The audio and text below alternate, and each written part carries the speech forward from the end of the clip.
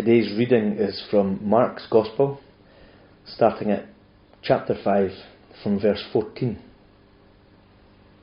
Those tending the pigs ran off and reported this in the town and countryside, and the people went out to see what had happened. When they came to Jesus, they saw the man who had been possessed by the legion of demons sitting there, dressed and in his right mind, and they were afraid. Those who had seen it told the people what had happened to the demon-possessed man, and told about the pigs as well. Then the people began to plead with Jesus to leave their region. As Jesus was getting into the boat, the man who had been demon-possessed begged to go with him.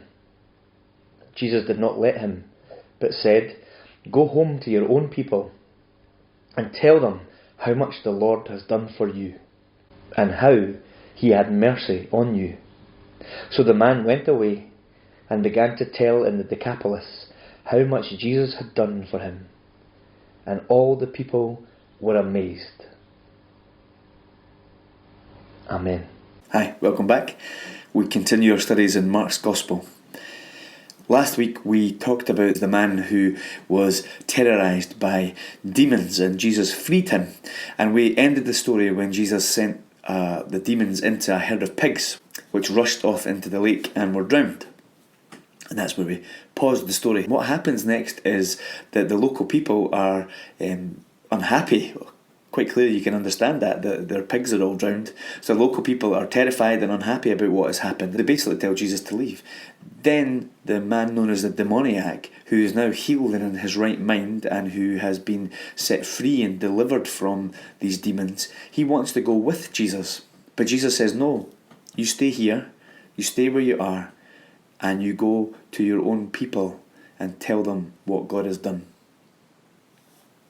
I want to think a little bit about that briefly today.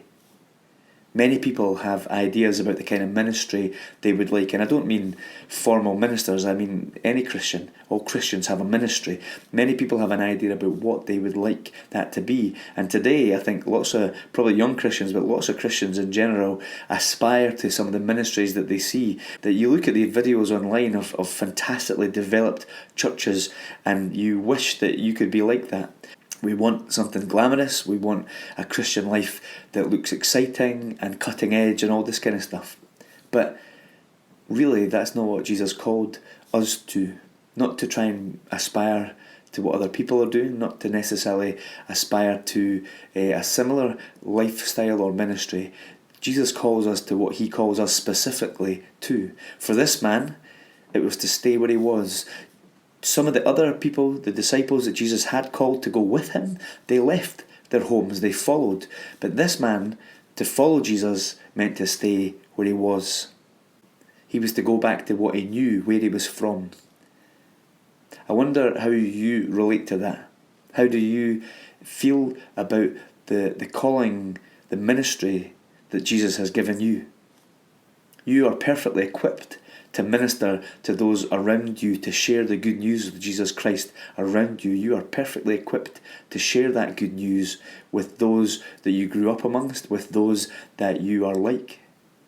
Not everyone is called to go far, to something that looks more glamorous. Some of us are to just do what's ordinary and normal, and that was the demoniac man's calling, to share the good news where he was from, with those that he grew up amongst.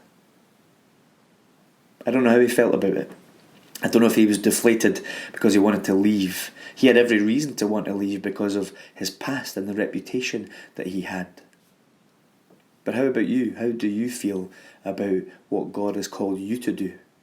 Are you able to, what feels like, settle for the ministry he has given you, not the ministry you might aspire to? Are you ready to share the good news where he has placed you, where he has equipped you to be? And will you be willing to accept that? Because what you think might be best for you isn't necessarily going to be best for you at all. Actually living out the ministry, the calling that God has given you as a Christian, for you specifically, that is the best place to be. And I think for many of us, we'll feel better about ourselves too. Stop aspiring to be like what other churches are doing, what other people are doing, what other ministries are doing. Stop aspiring to be anybody else apart from who you are, who God has made you, and whom He has equipped you to go to. That's where you should go. Amen.